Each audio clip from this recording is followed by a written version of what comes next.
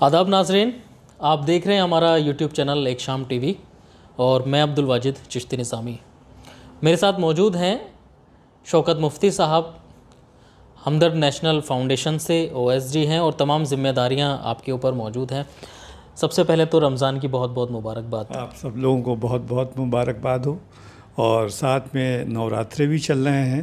ये दोनों त्यौहार ये आपस में भाईचारा सिखाते हैं और बहुत बहुत सारे भारतवासियों को ये दोनों त्यौहार मुबारक हो। जिस तरीके से रमज़ान का मुबारक महीना चल रहा है और साथ ही जिस तरीके से नवरात्रे भी चल रहे हैं, तो दोनों मज़ाहिब के लोग और दोनों त्योहारों को मना रहे हैं अपने अपने तरीके से, क्योंकि ये इबादतों का महीना है। हिंदू भाई जो हैं वो अपने हिसाब से अपने धर्म के अनुसार इबादत कर रहे हैं और मुसलमान जो हैं वो अपने रमज़ान के महीने में जो इबादत की जाती हैं वो अपना उस तराबियाँ और रोज़े और कलाम पाक की तिलावत करके उसको कर रहे हैं। मुफ्ती साहब, अब जैसे रमज़ान चल रहे हैं, आप लगातार ज़मीन पर उतर के लोगों की खिदमत को अंजाम देते रहते हैं। अब रमज़ानों में आप क्या कर रहे हैं? किस तरीके से जो है सहरी का या इफ्तारी का जो किट वगैरह दे रहे हैं वो अब किस तरीके से कर रहे हैं आप? सबसे पहले तो ये जो है हम सबसे पहले कल से हम जो है फूड राशन किट्स बांटने जा रहे हैं पुअर एंड निडी लोगों को through district magistrate, through ministry, through DMC, Delhi Minority Commission, and through NGOs and other important organizations। वो कल से हमारा जो फ्री हम ये फूड किट्स, राशन किट्स रोज़ेदारों को देंगे, वो इंशाअल्लाह कल से हम कल 11 बजे से देना शुरू कर देंगे। बहुत खुशी की बात है क्योंकि इसमें सभी का हिस्सा है। जब आप किसी की मदद करते हैं कितनी खुशी मिलती है और जो दूसरे लोग हैं उनको भी किस तरीके से बढ़ चढ़ कर हिस्सा लेना चाहिए इसमें? यकीनन जो है इस कदर सेटिस्फेक्शन होता है कि जो कि दुनिया की दौलत नहीं दे सकती आपको। आप किसी के काम आ जाएं, उससे बड़ी इंसानियत नहीं है। Irrespective of, we are all human being, हम ह्यूमन बीइंग हैं और हमें सबको लेके चलना है। और हमदर्द नेशनल फाउंडेशन हेका जो है ये काम बराबर कर रहा है और आगे भी करता जा रहा है। जैसे मैं बताऊं कि अब ये रमज़ान शुरू है, तो रमज़ानों में हम लोग जो है बाकायदा किट्स तो दे ही रहे हैं और तमाम मस्जिदों में हम इफ्तार का भी अरेंजमेंट कर रहे हैं। दिल्ली के मुख्तलिफ़ गोशे में इम्पॉर्टेंट जगह हम लोगों को इफ्तार कराएंगे और साथ ही में हम लंगर का भी इंतज़ाम कर रहे हैं, क्योंकि नवरात्रि चल रहे हैं। हम लंगर का भी different parts of the city उसको भी हमने प्लान किया है, उसको भी हम करने जा रहे हैं। वो चाहे गुरुद्वारा हो, चाहे मंदिर हो, चाहे मस्जिद हो, चाहे चर्च हो, चाहे कोई सा भी प्लेस हो, इबादत गाह हो, हम वहाँ पहुँचेंगे और लोगों की मदद करेंगे।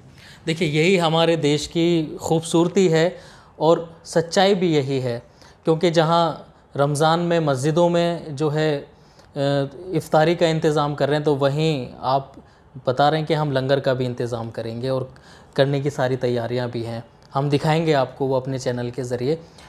ज़मीनी स्तर पर रह कर के काफ़ी आप चीज़ों को, कामों को अंजाम दे रहे हैं, लोगों की मदद भी लगातार कर रहे हैं। आपको बताते चलें, अभी जिस तरीके से स्कॉलरशिप दी गई है, वो कितनी स्कॉलरशिप दी गई है, कितने बच्चों को दी गई है, और वो अगर कोई ज़रूरतमंद अभी भी है और वो लेना चाहता है तो कैसे ले सकता है, इसके बारे में थोड़ा बताइए सब। जी, हमने पूरे हिंदुस्तान भर से एप्लीकेशंस मांगी थी, जिसका हमने एडवर्टीज़मेंट किया था और हज़ारों एप्लीकेशंस तादाद में आई। और ये हकीम अब्दुल हमीद स्कॉलरशिप थी। जो प्रोफेशनल कोर्सेज बच्चे फर्स्ट ईयर में हैं, उनका मेरिट का मीन्स हमने निकाला और हमने अप्रॉक्सीमेट 50 लाख रुपए की जो है ये स्कॉलरशिप रिलीज़ की है। और बहरहाल और 300 17 लड़के उसमें मेरिट कम मीन्स में आए हैं और वो उनके अकाउंट्स में पहुंच भी गई है। और जिनके अकाउंट्स में नहीं पहुंची है, इत्तेफाक से उनको हम बराबर फ़ोन कर रहे हैं और हमसे कह रहे हैं कि आप अपना अकाउंट नंबर भेजिए, ये अकाउंट नंबर आपका ठीक नहीं है, ताकि आपकी स्कॉलरशिप आपके अकाउंट्स में जल्द से जल्द पहुंच सके। एक तो हमने ये किया।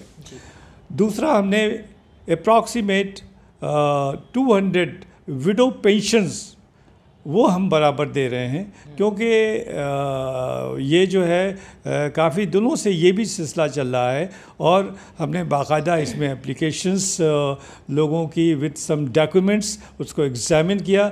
जो जेन्युइन है उनको हम बराबर विडो पेंशन्स दे रहे हैं और आगे भी देते चले आएंगे। आप बिज़नेस एम्प्लॉयमेंट ब्यूरो भी चला रहे हैं, उसमें आपने ट्रेनिंग भी जो है स्टार्ट की थी, क्योंकि कोरोना वायरस में हमने देखा कि लाशों को उठाने वाला कोई नहीं मिल रहा था, हॉस्पिटल में जो है स्टाफ की कमी हो गई थी, तमाम तरीके की परेशानियां जो है हमें देखने के लिए मिली उस दौरान। अगर हम उस वक्त को याद करते हैं तो आज भी रूह कांप जाती है। उस सारे मंज़र को लेकर के आपने क्या तैयारियां आगे के लिए की हैं, खुदा न खास्ता अगर आगे ऐसा कोई माहौल आता है तो? बिज़नेस एम्प्लॉयमेंट ब्यूरो 1972 में हकीम अब्दुल हमीद साहब ने उन पसमानदा जो भी कैडर है, जो पढ़े लिखे कम हैं, जो 8वां पास, 9वां पास, 10वां पास या 12वां पास हैं, उनके लिए उनको प्रमोट करने के लिए बनाया था। और ये हमारा रिकॉर्ड बताता है कि हमने झुग्गियों से बच्चों को लेके उनको टॉप करवाया है। तो उनको भी तो देखने वाला कोई होना चाहिए। तो और जो बेचारे मज़दूर जो कोई काम नहीं कर रहे थे, उनको हमने लोन लेकर के उनको बिज़नेस कराया और उनको इस्टेब्लिश किया। एक तो ये है सबसे।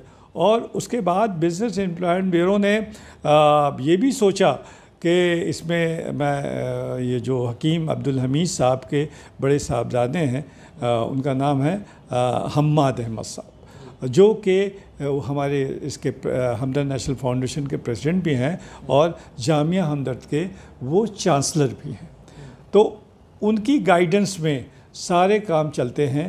जो सोच हकीम अब्दुल हमीद साहब की थी, वही सोच जनाब हम्माद अहमद साहब की है।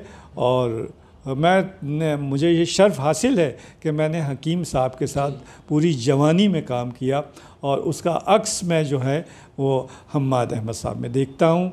और बड़ा अच्छा लगता है कि कम से कम कोई तो है कि इन लाइंस पे सोचता है। और साथ में हकीम साहब के जो ग्रैंड सन हैं, सबसे बड़े जो है हामिद अहमद साहब हैं, उसके बाद जो है साजिद अहमद साहब हैं, उसके बाद माजिद अहमद साहब हैं। माशाल्लाह ये बड़े होनहार और ये बिज़नेस को काफ़ी आगे ले जा रहे हैं और जो भी काम करते हैं बड़े डिवोशन से करते हैं और एक अच्छे एटमॉस्फेयर में करते हैं। ये है हमदर्द, जो हम सब का हमदर्द है। और अगर आपने अभी सवाल किया था जो मेरिट में नहीं आ पाया, तो जो मेरिट में नहीं आ पाया, अगर वो जेन्युइन केस है तो हम उसको भी हमदर्द नेशनल फाउंडेशन से फाइनेंशियल असिस्टेंस दिलवाने की कोशिश करेंगे और हमने लोगों को दिलवाई भी है। देखिए, हमदर्द एक ऐसा ही नाम है, मतलब हमदर्द से ही पता चलता है कि हमदर्द जो दूसरे के दर्द में शरीक हो और उसका दर्द बांटने वाला हो और उसके दर्द को तकलीफ़ को कम करने वाला हो, उसी को हमदर्द कहा जाता है। और हमदर्द जामिया हमदर्द और हमदर्द फाउंडेशन नेशनल फाउंडेशन जो है बखूबी अपने इस काम को अंजाम दे रही है। और जो विरासत में एक ख्वाब देखा था हकीम साहब ने, उसको बखूबी जो है आपके घर वाले जो हैं, कह सकते हैं उनके बेटे जो हैं, पोते जो हैं, वो उसको बखूबी अंजाम दे रहे हैं। और साथ में शौकत मुफ्ती साहब उसको बखूबी आज तक अपनी खिदमत उसी तरीके से अंजाम दे रहे हैं। मुफ्ती साहब, अब आगे जैसे ये सारे प्रोग्राम तो आपके चल रहे हैं, रमज़ान में आप रमज़ान के जो है राशन किट वगैरह जो भी हैं वो सब डिस्ट्रीब्यूट कर रहे हैं। बिज़नेस एम्प्लॉयमेंट ब्यूरो के ज़रिए आप ये तमाम जो है सेमिनार वगैरह और ये चीज़ें कर रहे हैं। जो फेयर भी आपने लगाया था, वो एक्सपीरियंस कैसा रहा? जॉब फेयर जो है बस बहुत ही अच्छा। और कोविड में हमने जॉब फेयर किया, जो कि मैं समझता हूँ ना किसी भी यूनिवर्सिटी या किसी भी इंस्टीट्यूशन ने नहीं किया। और यकीन मानिए कि हमारे पास 30 कंपनीज़ आई, और जो है और 30 कंपनीज़ में तकरीबन 3000 जॉब्स लेके आए थे ये सारे लोग, और हर कैडर की जॉब थी, अनस्किल्ड से लेके पोस्ट ग्रेजुएट तक। तो आप यकीन मानिए कि आप हमने पिक्चर्स ली हैं, आप कुछ वीडियोस भी बनाई हैं।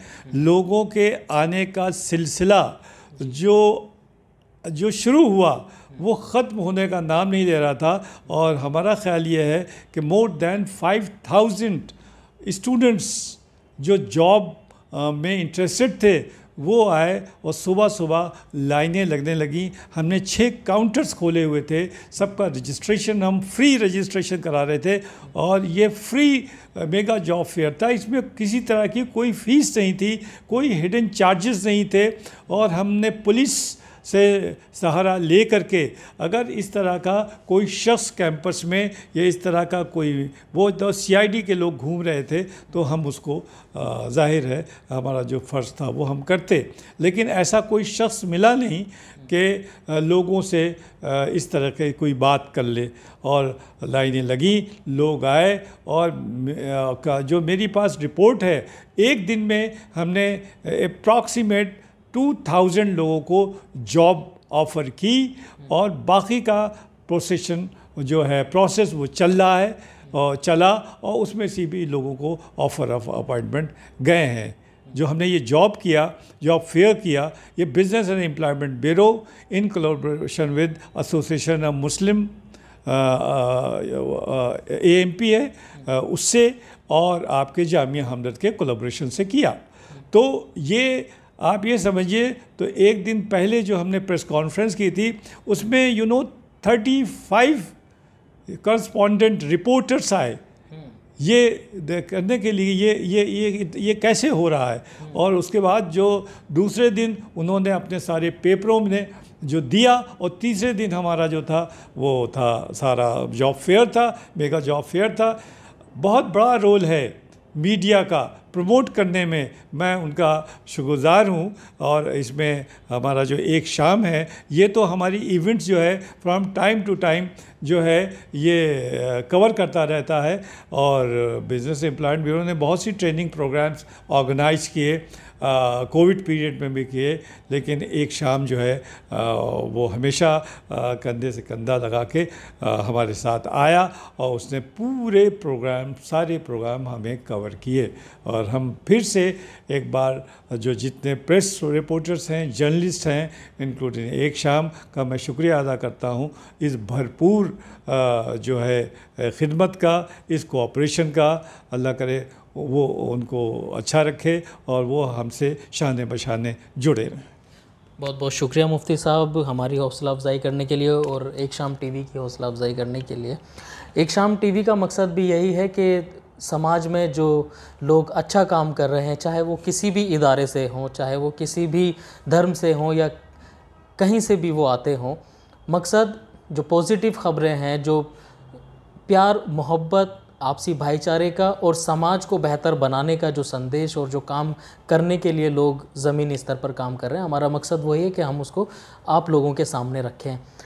आगे आप कोई और आगे जो आपने नई स्कीम वगैरह बनाई हैं, जैसे विमेंस के लिए आप काम करते रहे हैं, आगे उनके लिए क्या कुछ करने चाह रहे हैं? एक चीज़ और बता दूँगा इससे पहले कि मैं वुमेंस पे आऊँ, वुमेन ऑफ द ईयर, बहुत से हमारे प्रोग्राम्स हैं। लेकिन ये आप जिस वक्त कोविड की दहशत थी और लोग जो थे एक दूसरे से मिलने के लिए घबरा रहे थे, कोई किसी के घर नहीं जा रहा था, तो हमारे जो हामिद अहमद साहब हैं उन्होंने मुझे आइडिया दिया क्यों ना मुफ्ती साहब हम पुलिस से मिलके इस तरह की ट्रेनिंग ऑर्गेनाइज करें कि हॉस्पिटल को हम मैन पावर दें जो हालात चल रहे हैं। तो हमने कहा सर ये तो बहुत उम्दा होगा।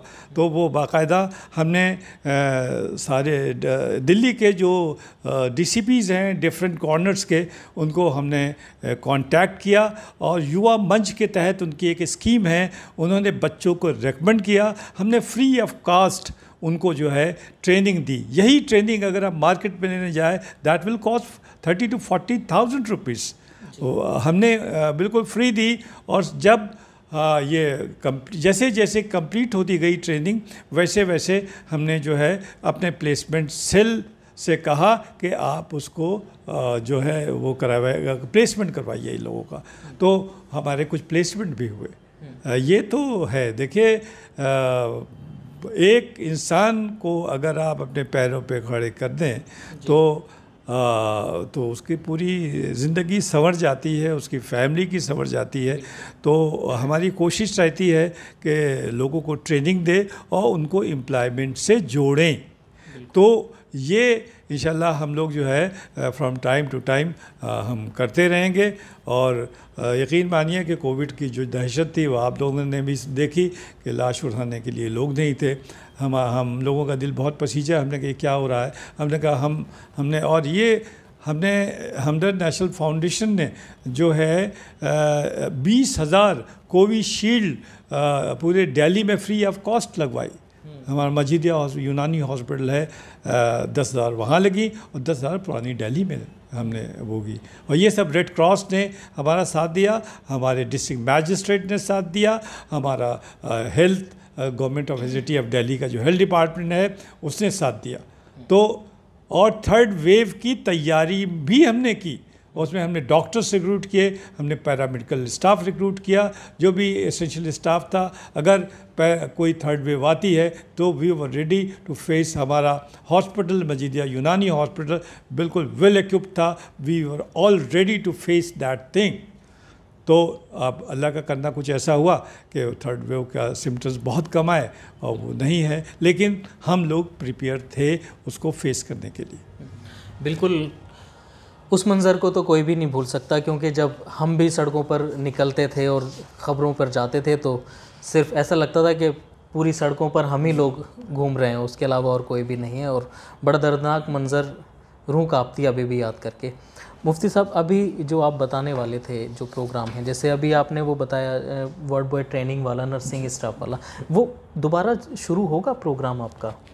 हाँ, हम अगर गवर्नमेंट अगर ये चाहेंगे, पुलिस डिपार्टमेंट चाहेगी या गवर्नमेंट ऑफ सिटी दिल्ली अगर चाहेगी या दिल्ली माइनॉरिटी कमीशन चाहेगा तो वी में रीस्टार्ट हम। लेकिन स्टूडेंट्स जो हैं वो डिफरेंट पार्ट्स ऑफ दिल्ली के होने चाहिए और ऑर्गेनाइजेशंस को कम हमारे साथ कंधे से कंधा मिला के देना होगा। तो हम ये रीस्टार्ट कर सकते हैं subject to cooperation with the government of city and government of India and the police department and the NGOs। तमाम इदारों के साथ मिलकर के काम करते हैं।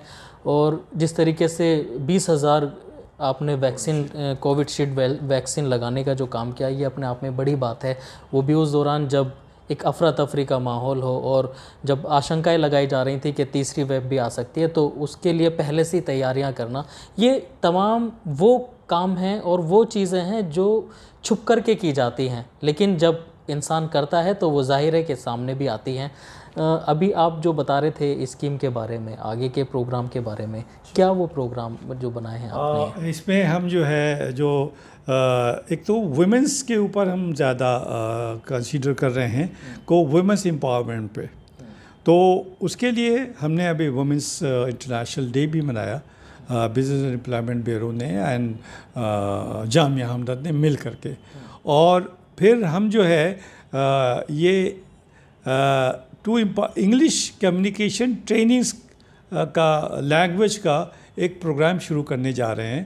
जिन बच्चों की अंग्रेज़ी कमज़ोर है और उसको हम 3 months to 6 months हम उसको इंग्लिश स्पोकन स्किल्स कह लीजिए या इंग्लिश लैंग्वेज कम्युनिकेशन कह लीजिए, तो उसकी हम बहुत जल्दी ट्रेनिंग देने जा रहे हैं।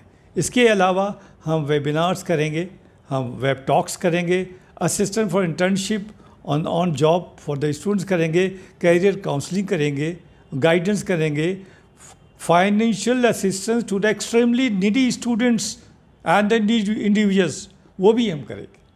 तो ये सारी चीज़ें भी दिल्ली माइनॉरिटी कमीशन के कोलैबोरेशन से भी हम लोग काम करेंगे। और अब मैं आपको ये भी बता दूं कि हमारा फ्री फूड डिस्ट्रीब्यूशन हम प्लान कर रहे हैं रैन बसेरा। जो बेचारे रैन बसेरे में रहते हैं और उनके खाने पीने का इंतज़ाम नहीं, झुग्गी झोपड़ियाँ पे आप चले जाइए, वहाँ पे कोई इंतज़ाम नहीं होता, तो हम उन तक पहुँचने की कोशिश कर रहे हैं। कम से कम उनको हम एक वक्त का खाना तो खिला सकें, अगर कुछ ना कर सके। और हम किसी विलेज को भी अडॉप्ट करने की प्लानिंग कर रहे हैं कि वहाँ से रिलेटेड जो भी फैसिलिटीज़ है उनको हम पहुँचा पाए, वो हमारे लिए बहुत ही खुशी का मुकाम हो। ये बहुत बड़ी बात है और बहुत अच्छी कोशिश भी है आपकी, जो क्योंकि रेन बसेरों में अक्सर क्या होता है कि रहते तो हैं रात गुजारने के लिए लोग वहाँ पर, लेकिन अब कोई भूखा सो रहा है या बगैर खाना खाए सो रहा है। ये आपने बहुत अच्छा एक इनिशिएटिव लिया है और ये बहुत अच्छी आपकी सोच है। किस तरीके से अंजाम देंगे इसको? इसको जो है हमारी गाड़ियाँ जाएंगी और हमारे वॉलंटियर्स होंगे और एनजीओ से हम कोलैबोरेट करके we will reach to the रैन बसेरास notified by the government of SDT of Delhi and we will certainly help all of them.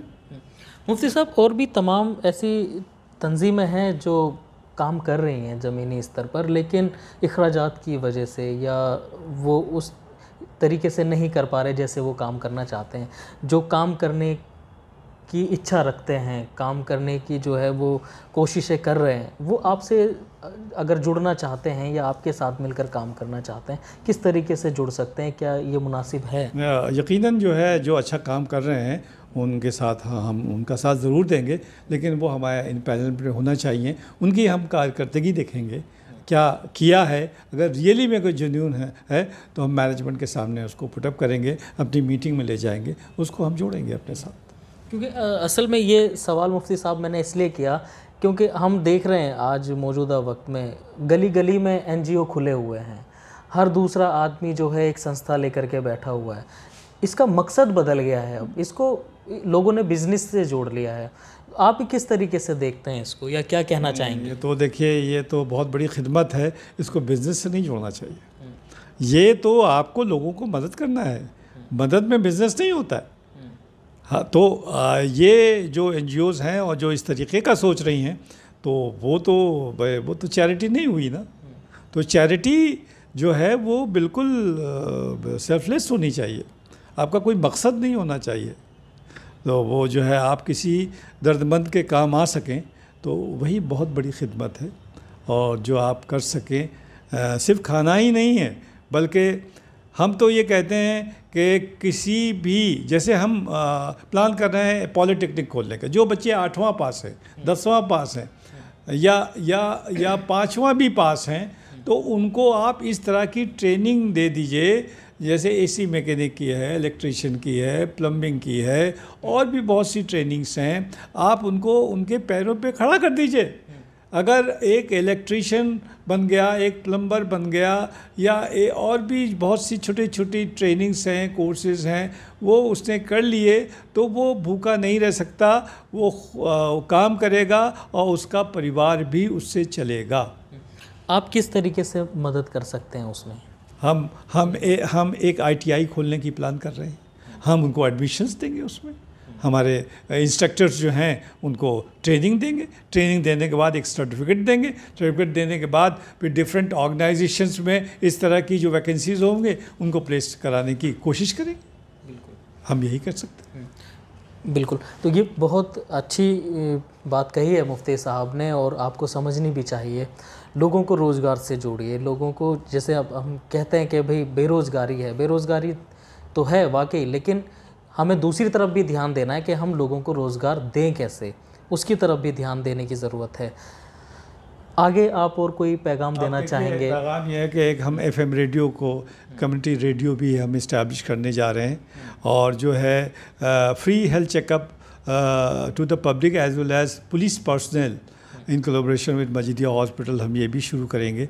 The free wheel chair, जो बेचारे जिनके हाथ कटे हुए हैं, जिनका पैर नहीं है, उनको माजूर हैं, उनकी हम मदद करेंगे। तो लिम सेंटर जा कर के उनको हम इस काबिल बनाएंगे कि वो चल फिर सकें। एक तो ये है। तो एक हम वुमेंस वर्किंग हॉस्टल बनाने की कोशिश कर रहे हैं। हम वक्फ बोर्ड से लिखेंगे और उनके चेयरमैन से और उनके जो मिनिस्टर से भी मिलेंगे कि हमें ज़मीन अलॉट कर दी जाए। हम एक वुमेंस वर्किंग हॉस्टल बनाएंगे कि जो भी बच्चियाँ आती हैं बाहर से, उनको नहीं मिलता है रहने का, दिल्ली में नौकरी मिल जाती है, या जो एडमिशन्स होते हैं हॉस्टल इतने नहीं हैं, बच्चे इसकी वजह से बहुत परेशान बच्चियाँ रहती हैं। तो हम उनके वुमेंस एम्पावरमेंट में हम उनकी भी मदद करना चाहते हैं। फिर उसके बाद तो हम NGOs को भी फैसिलिटेट करना चाहते हैं। Online employability in collaboration with Jamia और हमदर्द AMP, हम ये फ्रॉम टीचर्स ट्रेनिंग भी हम जो 10वें में जो 8वें या 10वें में टीचर पढ़ाते हैं उनकी भी ट्रेनिंग का हम प्लान कर रहे हैं करने का, वो उनको भी ट्रेन होना चाहिए। और इसके बाद योगा बहुत ज़रूरी है। हम सबको योगा की भी एक्सरसाइजेज कराते हैं विद स्पेशल रेफरेंस टू तिब्बी टेक्निक्स, वो भी होगी। फिर वुमेन एम्पावरमेंट के लिए हम सेल्फ डिफेंस की ट्रेनिंग पुलिस से मिलके हम सारे यहाँ की स्टूडेंट्स जो बच्चियाँ हैं या जो बाहर की लेडीज़ हैं उनको हम सेल्फ डिफेंस की ट्रेनिंग भी दिलवाना चाहते हैं कि वो, और हम इसकी तरफ आगे बढ़ रहे हैं। तो ये सारी चीज़ें जो हैं हम फ्रॉम टाइम टू टाइम ये सोचते हैं, और कुछ हम यूनिवर्सिटीज़ के वो भी लेंगे डिस्टेंस एजुकेशन प्रोग्राम के बच्चों को जो है ग्रेजुएट या पोस्ट ग्रेजुएट वो भी बने। क्योंकि हमने चूँकि पुरानी दिल्ली में काफ़ी काम किया है, तो वहाँ पे मैंने देखा कि लड़की तो पोस्ट ग्रेजुएट है लेकिन लड़का लेबर है, और वो मजबूरी में शादी भी हो जाती है।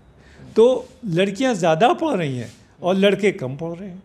अच्छा, तो उन लड़कों को भी तो आगे आना है। तो इस तरीके से हम डिस्टेंस एजुकेशन के थ्रू उन बच्चियों को हम आगे बढ़ाना चाहते हैं थ्रू एजुकेशन। देखिए, एजुकेशन तो आपको लेनी होगी, और जब तक आप एजुकेशन नहीं लेंगे तब तक आप लोगों के साथ खड़े नहीं हो सकते। तो अब हम देखिए मेडिकल की भी हम ट्रेनिंग देते हैं, कोचिंग देते हैं। हम बैंक्स में जो जाना चाहते हैं, doors are open for them, all of them, आए तो करें तो। और बहुत खामोशी से हम लोगों ने एक काम किया था जब हकीम अब्दुल हमीद साहब जो थे उस वक्त हयात थे, और 1992 में हमने तालीमाबाद बनाया संगम विहार में, जिसमें कि हमने free IAS IPS IRS officer को ट्रेनिंग दी, और सैकड़ों की उसमें IAS IPS IRS बन के लोग यहाँ से चले गए जी। ये थे हकीम अब्दुल हमीद साहब, ये थी उनकी सोच। वो अपने लिए कुछ नहीं करते थे, तो वो तो एक कुदरत की तकदीर का एक करिश्मा थे हकीम अब्दुल हमीद साहब, जो कि अपने लिए कुछ नहीं किया, लोगों के दर्द को बांटा, लोगों के साथ रहे, खुद कभी ऐशो आराम नहीं किया, कभी उन्होंने कोई ऐसी लग्जरी गाड़ी तक नहीं रखी, उन्होंने फिएट पे हमेशा वो चलते रहे। और मुझसे तो बहुत ही मानूस थे, और मैं उनसे बहुत ही बातें भी कर लिया करता था, और वो सुनते भी थे। और बहरहाल एक वक्त वो भी आया कि 22 जुलाई 1982 में हकीम अब्दुल हमीद साहब का अपोलो हॉस्पिटल में इंतकाल हो गया। मैं उस वक्त मौजूद था उनके साथ। तो ये थे हकीम अब्दुल हमीद साहब, और वही चीज़ें हम्माद अहमद साहब में आई हैं जो उनके बड़े साहबजादे हैं, और हम्माद साहब के जो 3 बच्चे हैं उनमें भी वही चीज़ सिम्टम्स आए हैं। हम तो ऊपर वाले से दुआ करते हैं इन सब को सलामत रखे और आगे बढ़ने की तौफीक दे, ताकि ये बहुत बड़े बड़े काम कर रहे हैं, और इसमें अपना उनका कोई इंटरेस्ट नहीं है, और सिर्फ ये है कि लोग आगे बढ़े, लोगों के साथ कंधे से कंधा मिला के चलें। लाखों टन कोविड में हम लोगों ने, जब लोग घर से निकल नहीं रहे थे, तो मिल के हम लोगों ने किट्स बांट रहे थे। हम लोगों को पानी पिला रहे थे, हम लोगों को बहुत कुछ कर रहे थे कि भाई तो ये अल्लाह या ऊपर वाला भी देखता है। अगर आपकी नीयत अच्छी है, आप अच्छा करना चाहते हैं, तो ऊपर वाला भी आपका साथ देता है। और वो मैं तो ये सभी से कहूँगा कि आप किसी की मदद करके देखिए, आपको कितना बड़ा सेटिस्फैक्शन मिलेगा। उससे बड़ा सेटिस्फैक्शन मैं तो समझता हूँ कि नहीं मिलेगा आपको। तो ये है हम लोगों का चैरिटी का काम, और कोई इसमें बिज़नेस नहीं, कोई इसमें कुछ नहीं। और जिनको हम नहीं जानते हैं, हम तो उनको भी आगे बढ़ने का मशवरा देते हैं और अच्छी तरह बात करते हैं। आप कुछ ना दीजिए, एक अच्छी तरह बात कर लीजिए, वो भी बहुत बड़ी खिदमत होती है। बिल्कुल। उम्मीद है मुफ्ती साहब की, शौकत मुफ्ती साहब की बातें जो है आपके दिल में उतरी होंगी और यकीनन आप इस पर गौर भी करेंगे, क्योंकि तमाम बातें जो हैं आपने बताई हैं और कही हैं, एक रूट मैप अपना बताया है किस तरह से जो वो काम कर रहे हैं, आगे क्या स्कीमें वो लेकर के आ रहे हैं। जैसे मैनिफेस्टो होता है कि भाई हम आगे ये कर रहे हैं। काम करने वाले जो लोग होते हैं वो इसी तरीके के होते हैं जो काम करते रहते हैं, लेकिन जब उनका काम मुकम्मल हो जाता है वो धीरे धीरे फिर लोगों के सामने आता है। जब लोग फैज़याब होते हैं तो ख़ुद ही उसके बारे में बताते हैं। लेकिन हकीम अब्दुल हमीद साहब ने जो ख्वाब देखा वो यकीनन ज़मीनी सतह पर पूरी दुनिया के सामने है, और जामिया हमदर्द यूनिवर्सिटी पूरी दुनिया में मशहूर है। उसी का ये हमदर्द नेशनल फाउंडेशन है जो तमाम ज़रूरतमंदों के लिए, गरीबों के लिए अपनी इमदाद पहुंचाता है और वक्त वक्त पर उनके लिए काम करता रहता है। मुफ्ती साहब हमारे लिए अगर ये कहा जाए कि आज एक ऐसा सरमाया है जिनको एक जितना हो सकता है हम इनसे सीखें, या जो हकीम साहब के साथ वक्त गुजारा है, या जो आपका एक्सपीरियंस रहा है, जो तजुर्बात रहे हैं, वो ज़्यादा से ज़्यादा इनके साथ में रह कर के, इनसे मुलाकात करके, और जो नए सामाजिक कार्यकर्ता हैं या जो नए तंजीम चला रहे हैं, NGOs चला रहे हैं, वो आपसे अगर काम भी नहीं कर रहे तो आपसे मुलाकात करें, आपसे एक्सपीरियंस लें। ये बहुत ज़रूरी है। मुफ्ती साहब एक ऐसी शख्सियत हैं जिनको मैं पर्सनली काफ़ी वक्त से जानता हूँ, और लगातार अब हम अपने YouTube चैनल के ज़रिए, एक शाम TV के ज़रिए जुड़े हुए हैं, और हमारा मकसद यही है कि मुफ्ती साहब की जो कोशिशें हैं और हकीम साहब का जो ख्वाब था, जो एक मुहिम के ज़रिए वो चल भी रहा है और आगे रहती दुनिया तक इंशाअल्लाह वो कायम भी रहेगा, क्योंकि सीढ़ियाँ जो हैं वो ऊपर की तरफ जाती हैं। हकीम साहब के बाद आपके साहबजादे हैं, फिर वो, लेकिन ये सिलसिला रुकना नहीं चाहिए। बहुत ज़रूरी है मौजूदा वक्त में भी हम एक दूसरे के साथ खड़े हों हर मुसीबत के वक्त में, और जितना ज़्यादा से ज़्यादा हो सके हर दुख तकलीफ़ में, परेशानी में एक दूसरे के दर्द को बांटें और हमदर्द की तरह एक दूसरे का दर्द कम करने का काम करें। दिल्ली से एक शाम TV के लिए मैं अब्दुल वाजिद चिश्ती निज़ामी।